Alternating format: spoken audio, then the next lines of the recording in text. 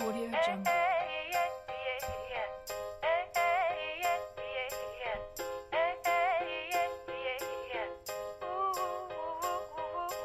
Audio Jungle.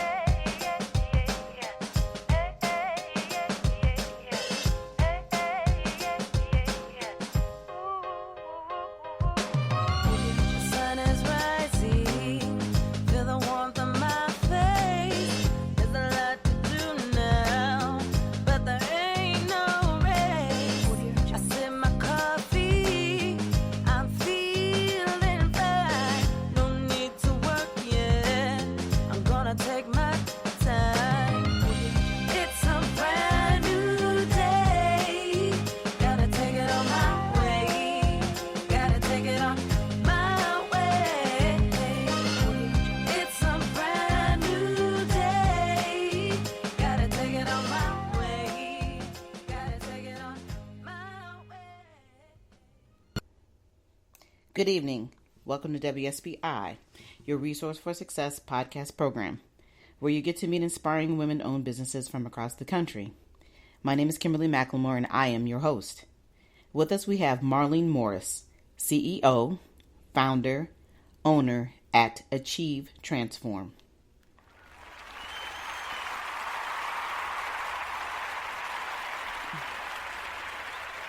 Welcome, Marlene. How are you? Hi, Kimberly. I'm fine, thank you. Thank you for having me on your podcast on WSBI, and thank you for inviting me and accommodating me today.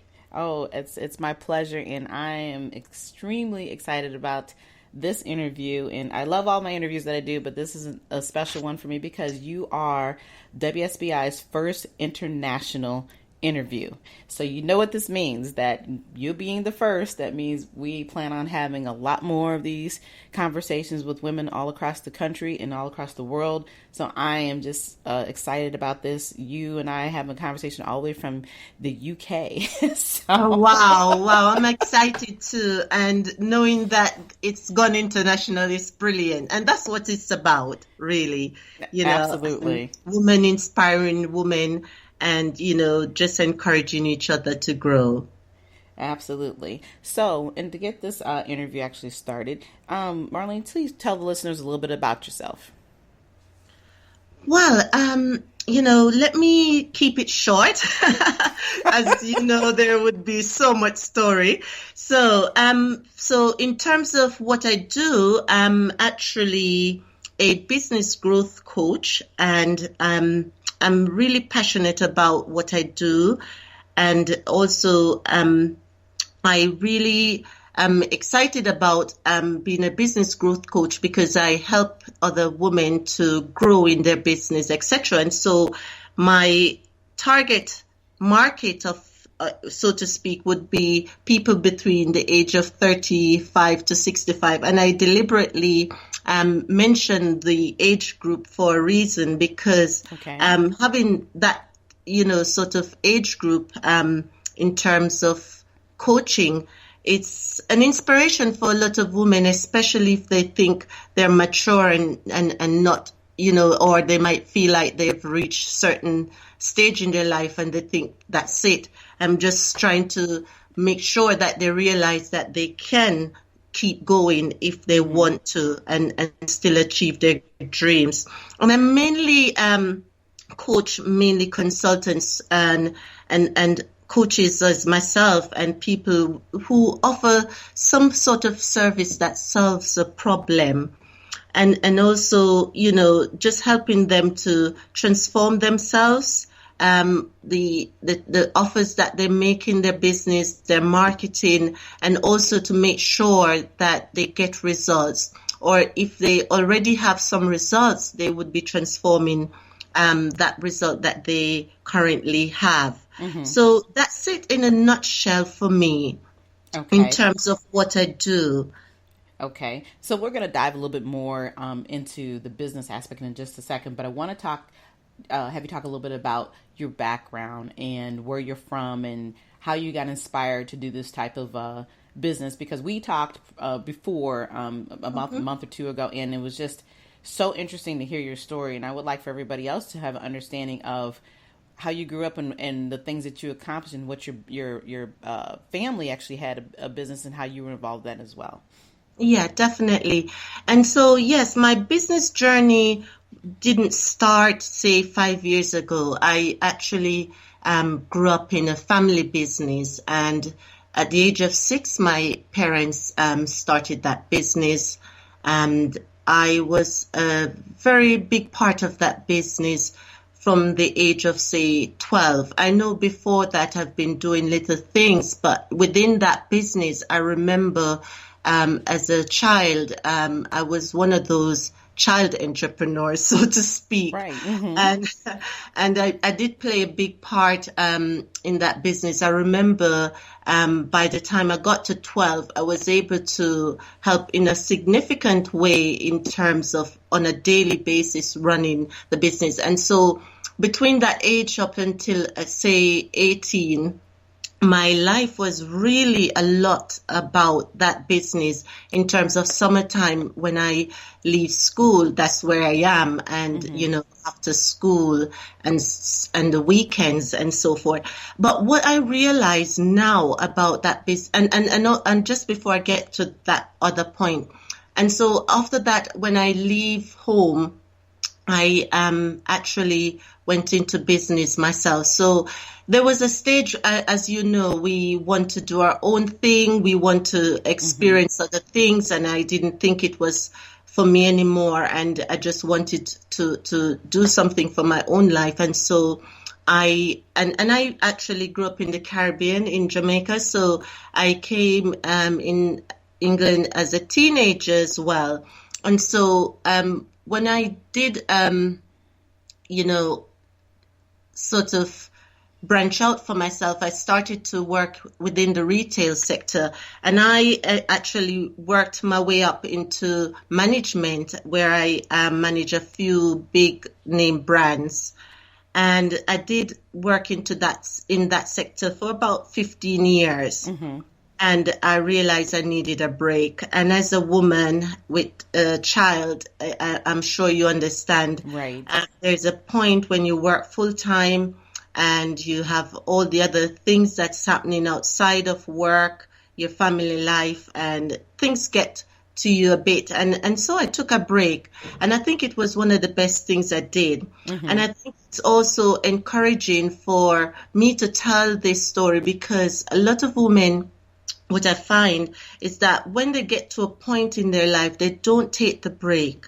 Absolutely. And so the mental side of it can be very, very damaging. And I think I was very blessed to realize at a stage when I needed to do something. Mm-hmm. And I did that. And to be honest, it was such a 50-50. It was good for me. It was good for my daughter because of the things that she actually got from me taking that break. Because, as you know, working full time, you don't really spend a lot of time with your kids and your family. Mm-hmm. And so that period when I took that break was a big thing, because she learned so much, her life changes. And for me, it was a big thing as well, because it was a transition, which I didn't even realize at the time, where I was moving out from where I am to something different. Mm-hmm. And I needed that space to reflect, to detox, and, right. And to just start all over again. And it was one of the best moments I can remember, one of the best decisions I could ever make. Even at the time, it wasn't the easiest thing. It was very tough to let go of a lot of stuff. But looking back, I wouldn't change it for anything. And so being in business has been just my life, so to speak. Growing up and then branching out to work with, other companies. And then within that break, I realized that, okay, it's time to do something again. Okay. And I actually bumped into someone by coincidence, which would have been my mentor coach at the time. And I, by coincidence, bumped into her details in a window, funny enough.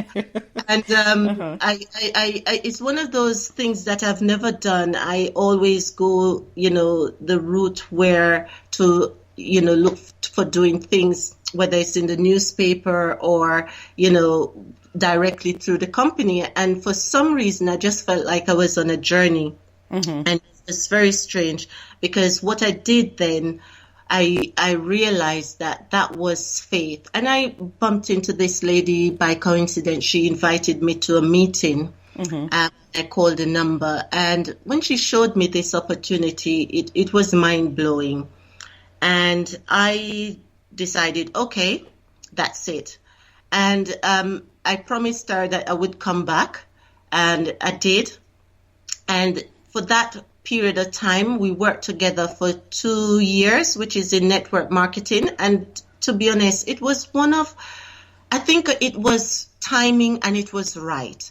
Okay. Because the self-development, the growth that I got from it was just perfect. And having that mentor coach with me, and I had to emulate what she did to other people.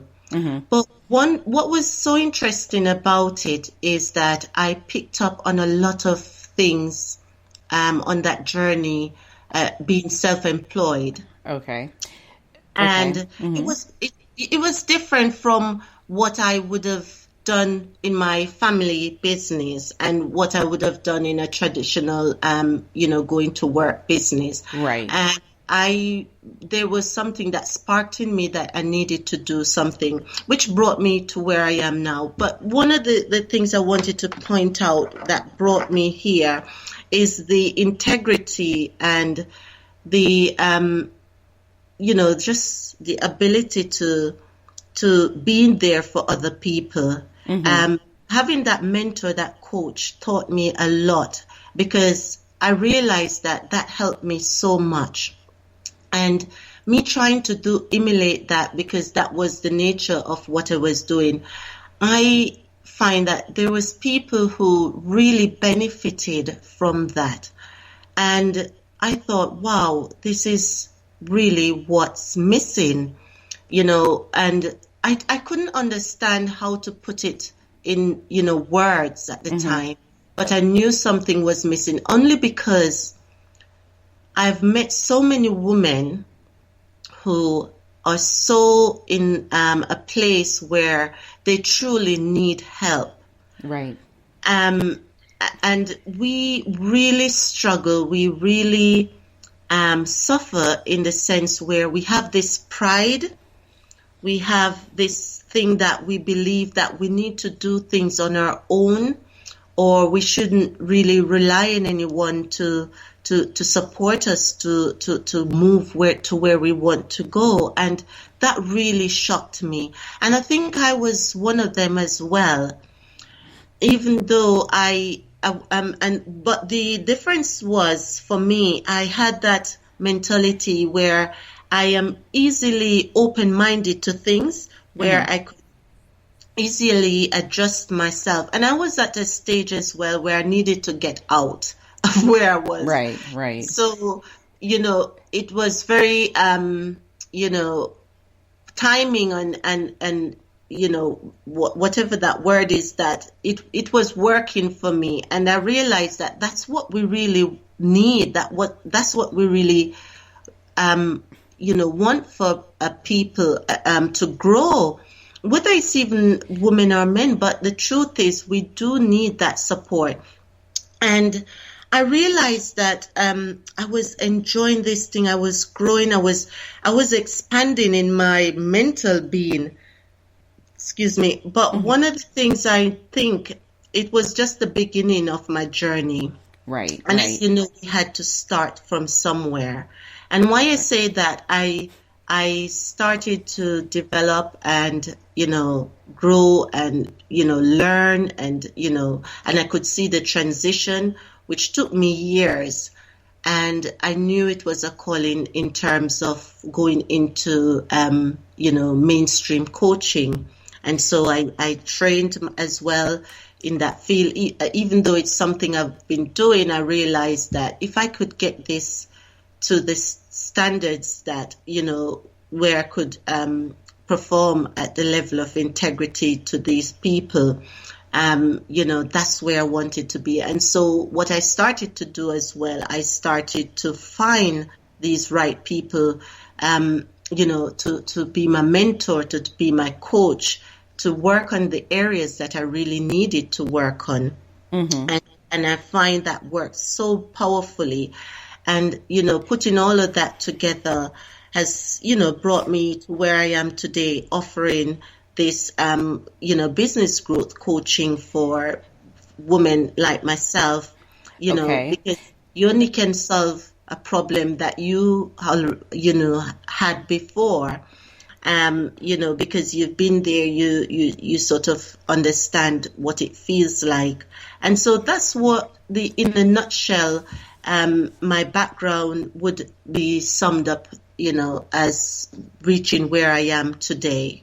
Okay. Yeah. And you said a lot in this conversation here, and I just kind of want to point out a few things that I picked up on as you were talking, that the things that I like that you said, that it gets to a point in life where as women we have a tendency to not sit back and think about what we need and then take the time that we need in order to allow ourselves to regroup, to transform and do what we really truly want to do, because as we all know, life gets in the way. We all have families and children. And, when you decide to take a step of faith like that, I think that is always important, and it's worth an applause, because every day as women, we struggle with this, because we're always telling ourselves, we have a responsibility to be the women of everything, and women take on a lot. And I think a lot of times we just do it because we're so into what we're doing. We understand what we're trying to do. And as being a mother, and like I said, being a family member, we just know that we have to take care of our families. But at the end of the day, I always sit back and think about the fact that who's taking care of me, per se. Exactly. And so you have to consistently remind yourself that, if I want to go do this, this is going to benefit me regardless, because if you can't take care of yourself, and you cannot be there for somebody else, you can't tell somebody else how to live their life or how to run a business if you are not in that place. Definitely. Yeah. And it's such a big thing. People wouldn't understand. And the sad thing is, it's just a small percentage of us who really respond to, wanting to really look after ourselves, the true way that we should look after ourselves. Mm-hmm. And as you rightly mentioned, who am I to tell someone what to do when I'm not doing it myself? And I've learned all of that, and I've realized that it's so true. And I thought to myself, wow. But the sad part of it that I find is that so many of us are in denial, and it's a tough thing. My journey was never the easiest in terms of, change. But I was open to it, and I was open to do whatever it took for me to do it. But I find, not many of us are willing to let go of whatever it is that is holding us back in the same way. And then that comes down to how much do you want to move forward anyway. And I think that was what happened for me. I wanted to move forward. I've always believed inside of me that something is great in me. I don't know why. I always felt it. No matter what I went through, I just always came back to that feeling that there is more in me. And I kept holding on to that for my lifetime, so to speak. And I was going to say that I think that, everybody has a certain passion within inside of themselves. Mm-hmm. It's just understanding how to find that. And then once you do find it, it's understanding how to release it and realize that it's okay to live your dream, have that passion, and then put it out there. It's obvious that anything that's considered the unknown is always the scariest. But if you don't take those opportunities and those chances and realize this is who you are, you have a tendency, we suffer from within. You know, you'll get up every day and you continue to do the things that you want to do. But at the same token, you, like you said, you keep reminding yourself, or you know that there's something that's, you know, beating you up on the inside, trying to figure out, you know, what do I need to do? How do I get through this process? And then when you do decide to take that step forward, it truly makes you feel like you're whole again. You know, that you want to accomplish the things that you want to accomplish. And now here you are, you're doing that. And I guess the other piece that really stood out for me as you've been talking is the fact that you even realize that you have to have a mentor. And a lot of people don't understand in business. I don't care what, if you've been in business 1 year, 10 years, 20, 30, or 40, we all have somebody that we look up to. We all have somebody that we reach out to, and we're being mentored, even if we don't want to call it mentorship. That's exactly what's being done.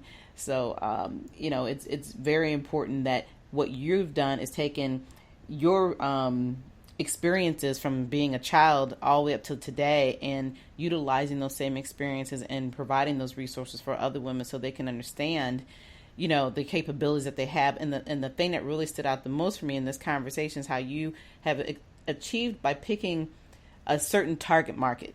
You know, I would have never thought as 35 to 65 is that, you know, picking that specific group of people. But I guess, you know, when you think about it at the end of the day, when we do get to a certain age, and I hear it all the time from some women that, you know, well, I'm too old to start all over. You're never too old to start all over. Like I always tell people, I'm in my 50s and I am on my second chapter of life. Period. Definitely. And that's the thing, you know, I've heard it so much, you know, that, you know, they just feel like they finished. And I'm thinking, no, you have so much more in you. Once you're alive and, you know, well, you can do so much more.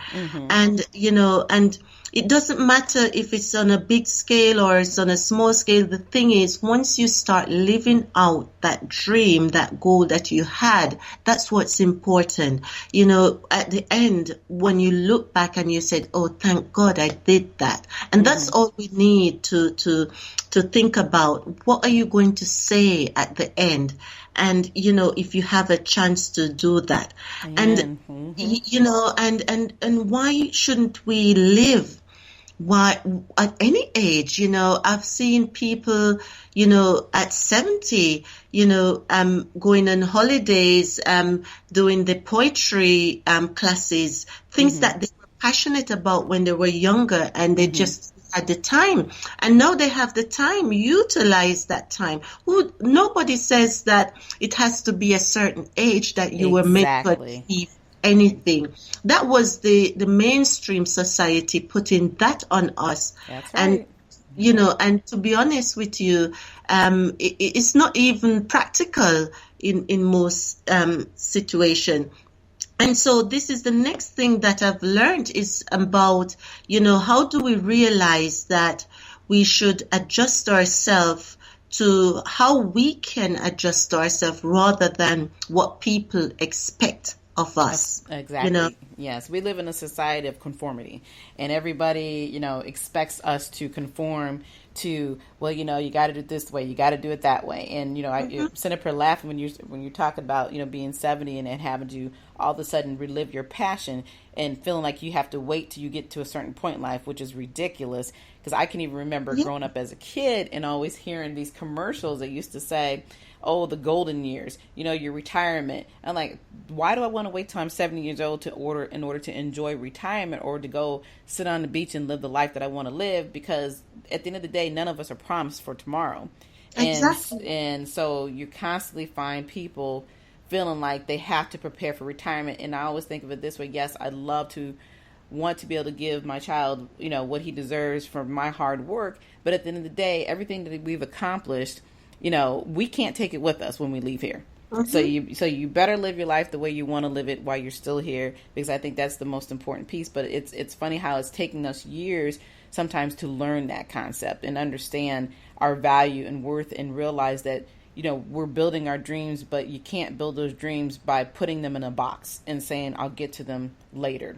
And so that's, you know, some of the things that you're kind of been talking about with your journey here. But the one thing I want to kind of dive into as we're continuing forward on this interview is tell me a little bit about what you provide in the consulting and coaching business that you're doing. Is there a specific program that you offer, or how do you provide the information? I mean, do you customize whatever is needed for those women who are looking to be coached? It's a combination. So, and it's good you asked that, because just now I am about to launch a online course. Okay. Where Great. That's going to be the same coaching package, but it's going to have everything, or almost everything, that a client needs in order to build their business from scratch, or if they actually started, how can they scale it on a different level. I do also do the same thing on a one-to-one basis. Because I find that some people are good with the with the course and the one-to-one. But one thing I want to say about the course, I will be also offering 1 day a week where I do a webinar call, so people can also post what challenges they're facing, or any question they want to ask that they need help with.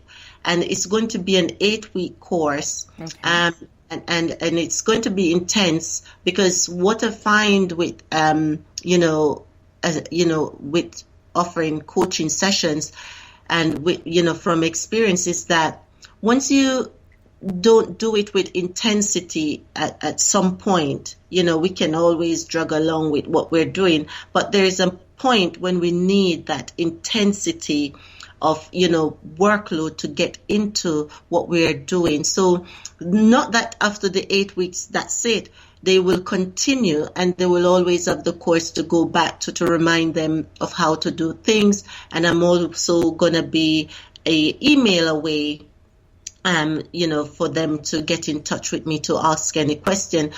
Because what I'm trying to do is provide that support system, Right, whichever way I can, so that they're not on their own in doing this. Because, I found that, the support is key to doing this. So even having an online course doesn't necessarily solve people's problem right. on its own. They need that support system, and so the email system will be be there for them to contact me, and also that 1 day a week call that I would be offering as well with the course, for them to get that intense training to move on to whatever business they're into, so they can set up quickly and smoothly, and not as stressful as it would be if they were on their own.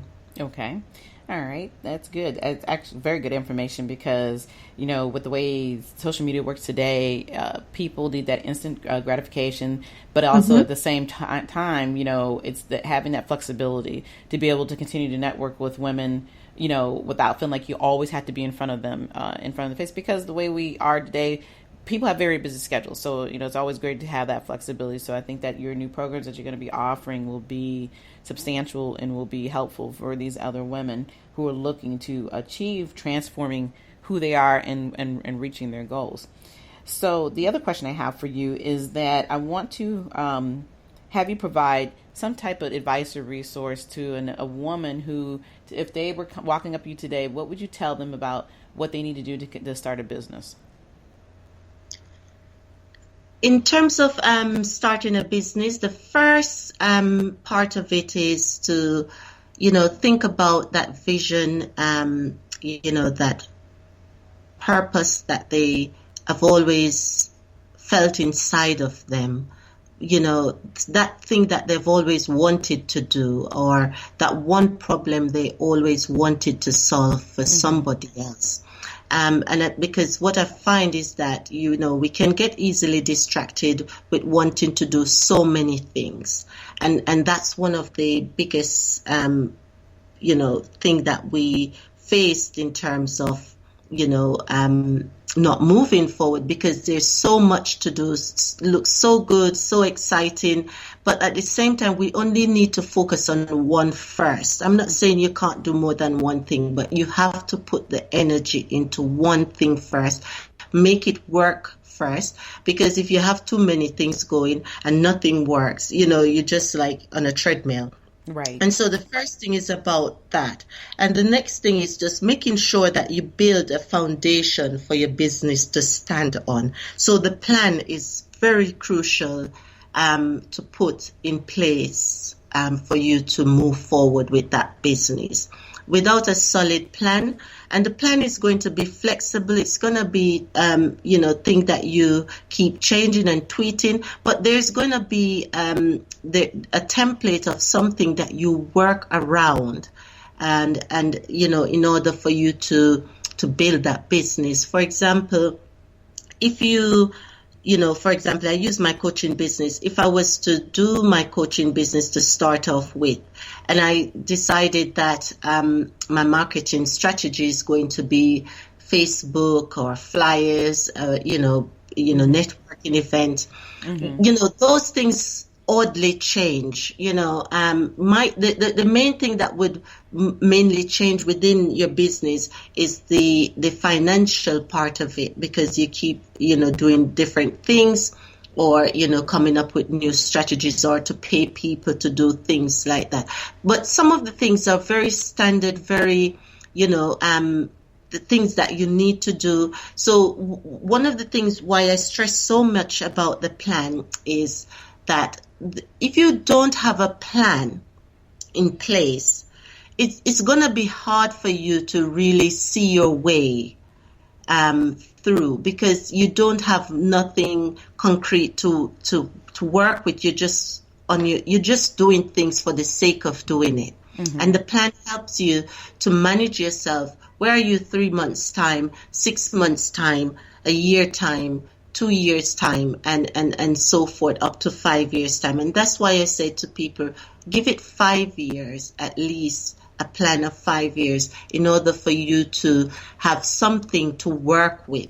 If you have only 1 year, okay, you can do something in 1 year, but what happens after that? Right. And once you don't, after that, you get stuck. And that's the sad part of it. So, for example, if you're into a business and, maybe your first year is all about planning, putting things together, because every business is different and everybody wants something. And it might be about getting staffing, getting funding, etc. And sometimes the first year is all about planning. Sometimes I always say the first year, depending on what it is, you might as well don't even look for an income. That's right. And the second year as well, mm-hmm. to be honest, isn't it? And so you see, what people do, they start off the first year and they said, oh, I want to earn this. And because they haven't got any plan in place, and nothing is solid, and they don't see that money that they want to make, they said it doesn't work. And it just can't work like just saying it. You have to put some work in. Right. Yeah. What it really boils down to is that we have a lot of people who decide that they want to come into business, and they think if it's the attitude, hey, if I build it, people will just automatically come. And mm-hmm. at the end of the day, it doesn't really work that way. And it's not to say that it's impossible to build income in the first year, but you do. I have found, and I'm sure a lot of other women-owned businesses have found that they have a transformation period that you go through in that year. You will find yourself saying, hey, I started out this way. This was my first original thought. And then the next thing you know, you're transforming it this way, because you want to ensure that you're meeting the need of the customers and you're conveying your message properly in mm-hmm. order to make that business successful. So, yeah, it's definitely very important. I love the way you've talked about the importance of a plan, because that is something I strive and try to make people understand. You have to have a plan. If you're just talking about it and then you're not implementing anything, you're never going to get anywhere. You're going to constantly be on this vicious cycle that you keep talking and saying, oh, I'm going to do this, and then you look up and nothing happens. Or either you have these other side of the coin where you have people who will just jump out there, they'll start a business, and then 9 days later, they're out of business. And the big part of that is because they did not plan. So. Yes, and they were never, and it's interesting because, they never even prepare themselves for the challenges that, comes with the business as Exactly. well. And so because they're not prepared to face these challenges, they, as soon as the difficult time comes, they run away. That's right. And and that's one of the biggest part as well. You're gonna have to, be prepared to grow with your business, because it's a lot to learn. It's a lot to deal with, whether it's with people, whether it's, with your own self-doubts, what you're not sure if you're going to do it, or, you tend to just meet up on all these challenges that comes along, and how do you manage them, or, to in order for you to, move forward, all the uncertainties of, the future of the business. How do you cope, to make sure that you do not get distracted or derailed, Right. as definitely. Exactly. And I mean, it's a part of business, because no matter how many years you're in business, you're going to continue to learn. And where you started out, you may not necessarily end up. So, there's nothing wrong with that at the end of the day, as long as you understand this is the process. And like you said, the challenges you may face, don't give up. You just still need to understand that you can be successful in business. It's just a matter how you handle it. And that's with anything in life, so Definitely. yeah. But I have yeah, absolutely. A couple more questions for you here before we end this interview. Explain to me how listeners can get a hold of you. Okay, brilliant. I'm on Facebook mostly. So my webpage is down at the moment. So Facebook would be the big place for me. I have a business page, which is facebook.com Achieve Transform. Also, they can get me on my business number, which is 07807438497. And once they send me a message, I normally get back to them within the 24 hours of that message being sent. And, we will always get back to them. Okay. All right. That's awesome. And I just want to say thank you again for coming on tonight and sharing your story. We have learned so much about who you are and what you have accomplished.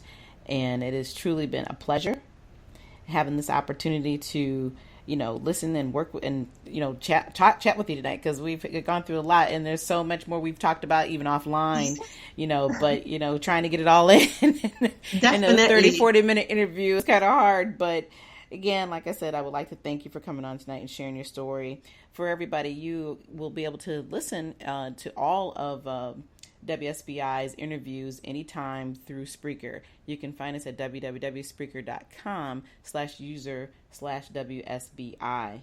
Also, this show comes on every Thursday evening at 7 p.m. Eastern Time. But if you want to reach out to me anytime, you're more than welcome to find me at www.wsbillc.com.